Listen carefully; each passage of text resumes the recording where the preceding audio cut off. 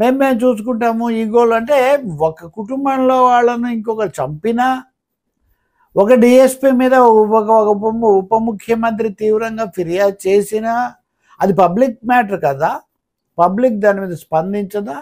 గతంలో ప్రతిపక్షంలో ఉన్నప్పుడు మీరు అప్పుడున్న ప్రభుత్వం మీద ఇలాగే స్పందించలేదా?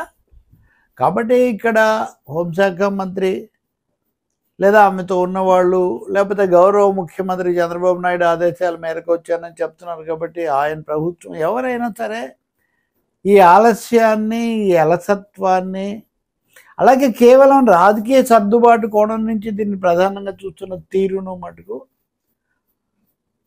ఆక్షేపించక తప్పదు. ఈ ధోరణి సరైనటువంటిది కాదు. ఇంతకంటే వెంటనే రంగంలోకి దిగి ఉండాల్సింది, చర్యలు తీసుకొని ఉండాల్సింది, ఇప్పటికైనా సూటిగా చెప్పి ఉండాల్సింది.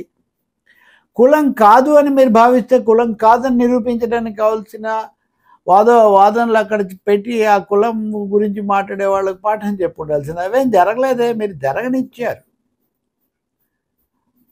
దానికి ఎవరికి తోచిన వాళ్ళు సహజంగా భారతదేశంలో అటు ఇటు కులాలు ఉన్నప్పుడు మనం కూడా చేశాం కదా, అది వరకు గత ప్రభుత్వంలో, లేకపోతే అంతకుముందు మీరు ఉన్నప్పుడు వాళ్ళు చేశారు కదా, జరుగుతూనే వస్తుంది.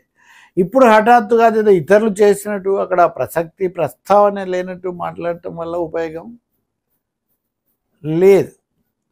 జనసేనకు కోర్ సపోర్ట్ ఎవరిదో అందరికీ తెలుసు.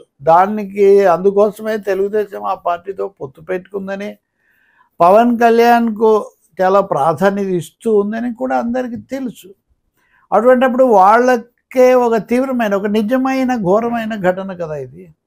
ఎవరికి జరిగినా, ఎవరి కులం ఏదైనా కానీ వెంటనే పోలీసులు రంగంలోకి దిగొద్దు. మాకు తెలుసు అంటారు. తెలిసి 20 రోజులు ఎందుకు ఆగారు?